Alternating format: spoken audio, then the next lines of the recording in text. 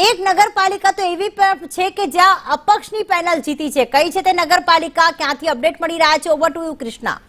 बिल्कुल प्रीति, भारतीय जनता पार्टी प्रचंड विजयकूच तरफ आगे बढ़ी रही है, परंतु ये बधा वच्चे डाकोर में वोर्ड नंबर 1 में भाजप नहीं, कांग्रेस नहीं, परंतु अपक्ष उम्मीदवारों की पेनल जीती है। आ मोटा समाचार मळी रह्या छे। डाकोर थी वोर्ड नंबर 1 में भारतीय जनता पार्टी पोतानुं खातुं નથી ખોલાવી શકી અને અહીંયા અપક્ષ ઉમેદવારો જીતી ગયા છે, જેમાં અસંતુષ્ટો પણ હોઈ શકે છે, અન્ય ઉમેદવારો પણ હોઈ શકે છે। ચારે ચાર ઉમેદવારો ન ભાજપના છે ન કોંગ્રેસના છે, એટલે અહીંયા કોઈ મોટા રાજકીય પક્ષને નહીં પરંતુ અપક્ષ ઉમેદવાર પર જનતાએ વધારે વિશ્વાસ મૂક્યો છે। અને મોટા સમાચાર ઉમરેઠથી સામે આવી રહ્યા છે। ઉમરેઠમાં ભારતીય જનતા પાર્ટીની જીત થઈ છે, ભાજપનો વિજય થયો છે। એટલે ઉમરેઠ નગરપાલિકામાં પણ ભારતીય જનતા પાર્ટી જીતવામાં સફળ રહી છે।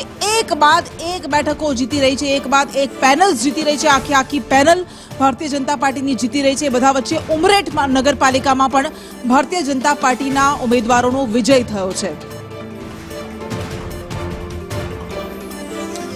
અને કટલાલ તાલુકા પંચાયતમાં પણ ભાજપના ઉમેદવાર જીતી ગયા છે। આ મોટા સમાચાર। કટલાલ તાલુકા પંચાયતની પણ ચૂંટણી થઈ હતી, મતદાન થયું હતું અને એમાં પણ ભારતીય જનતા પાર્ટીના ઉમેદવાર જીતવામાં સફળ રહ્યા છે। એટલે નગરપાલિકા હોય કે તાલુકા પંચાયત હોય કે પછી જિલ્લા પંચાયત, ભાજપનો પ્રચંડ વિજય પર આગળ વધી રહ્યો છે। અને આ બધા વચ્ચે ઉમરેઠ નગરપાલિકાની ચૂંટણીમાં પણ ભારતીય જનતા પાર્ટીના ઉમેદવારની જીત થઈ છે। આ મોટા સમાચાર। સીતાબેન ડાભીની અહીંયા જીત થઈ છે, તો કટલાલ તાલુકા પંચાયતના કાકરખાડ બેઠકના પરિણામ સામે આવી ચૂક્યા છે અને અહીંયા ભાજપની જીત થઈ છે।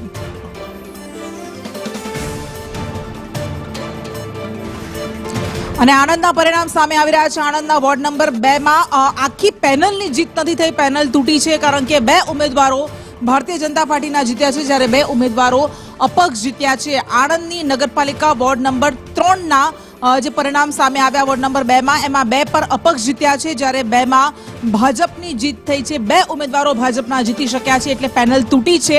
અહીંયા 2 ઉમેદવારો અપક્ષના જીત્યા છે। આણંદ નગરપાલિકા વોર્ડ નંબર 2 ની વાત છે।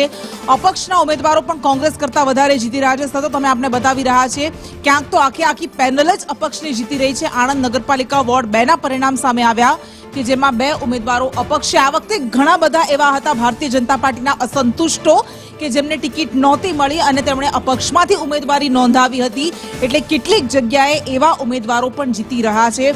આણંદ નગરપાલિકા વોર્ડ નંબર 2 માં 2 ઉમેદવારો અપક્ષના જીત્યા છે।